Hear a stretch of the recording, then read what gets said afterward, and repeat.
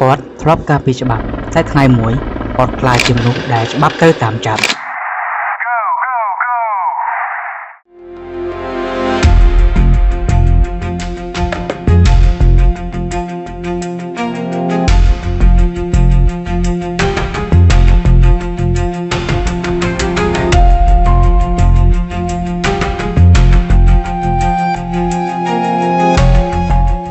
នៅរដ្ឋ California Christopher Dorner កើតនៅឆ្នាំ 1979 គាត់ធំឡើងនៅក្នុងគ្រួសារធម្មតាមួយគាត់មានប្រវត្តិការសិក្សាល្អមានវិន័យនិងចូលចិត្តការងារខាងប៉ូលីសគាត់បានធ្វើការនៅក្នុង US Navy ហើយបន្ទាប់មកបានសម្រេចចិត្តចូលប៉ូលីស LAPD សម្រាប់គាត់ការធ្វើជាប៉ូលីសគឺជាក្តីសុបិនរបស់គាត់នៅក្នុង LAPD Donner ត្រូវបានហ្វឹកហាត់យ៉ាងតឹងរ៉ឹងគាត់ត្រូវរៀនអំពីច្បាប់ការប្រើប្រាស់អាវុធការគ្រប់គ្រងស្ថានភាពគ្រោះថ្នាក់គាត់ត្រូវបានគេមើលឃើញថាជាប៉ូលីសដែលមានអនាគតល្អតែបញ្ហាចាប់ផ្ដើមពីករណីតូចមួយនៅឆ្នាំ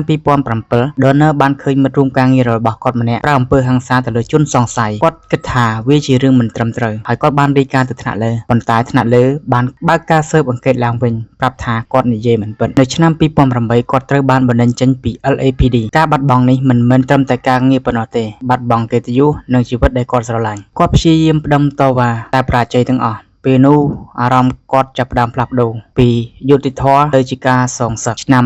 2013 Donner បានបង្ហោះក្នុងអ៊ីនធឺណិតអត្ថបទវែងជាង 1000 ពេចវាមិនមែនជាសារធម្មតាទេតែវាជាអារម្មណ៍ការជឿចាប់និងការខឹងចិត្តរយៈពេលជាច្រើនឆ្នាំពេលនោះគាត់បានរាយឈ្មោះមនុស្សបញ្យលមូលហេតុនិងប្រកាសសង្គ្រាមសងសឹកមនុស្សដែលពាក់ព័ន្ធគាត់ត្រូវបានគិតគោលដៅវាយប្រហារព័ត៌មាននេះលេចឡើងគ្រប់ទីកន្លែងប្រជាជនចាប់ផ្ដើមភ័យខ្លាចភ្លាមនោះមានការភ្ញាក់ផ្អើលទូទាំងរដ្ឋ California ប៉ូលីសរាប់រយនាក់ចាប់ផ្ដើមរក Donner មានទាំង helicopter និងកងកម្លាំងពិសេសគ្រប់ផ្លូវទាំងអស់ក្នុងរដ្ឋ California ត្រូវបានបិទរថយន្តត្រូវបានត្រួតពិនិត្យ Donner ក្លាយជាមនុស្សដែលគ្រប់គ្នាកំពុងស្វែងរកនៅទីបំផុតគាត់ត្រូវបានរកឃើញនៅក្នុងភ្នំ Big Bear នៅក្នុងផ្ទះតូចមួយប៉ូលីសបានពាត់ទីតាំងហើយការបាញ់ប្រហារបានចាប់ផ្ដើមឡើងពេលនោះកន្លែងកើតហេតុបានឆេះឡើងដោយការបាញ់គ្នាក្រោយពេលភ្លើងរលត់ប៉ូលីសបានរកឃើញសាកសពរបស់គាត់គឺ Donner នេះគឺជារឿងពិតពីប៉ូលីសល្អម្នាក់ក្លាយជាឃាតករដោយការសងសឹក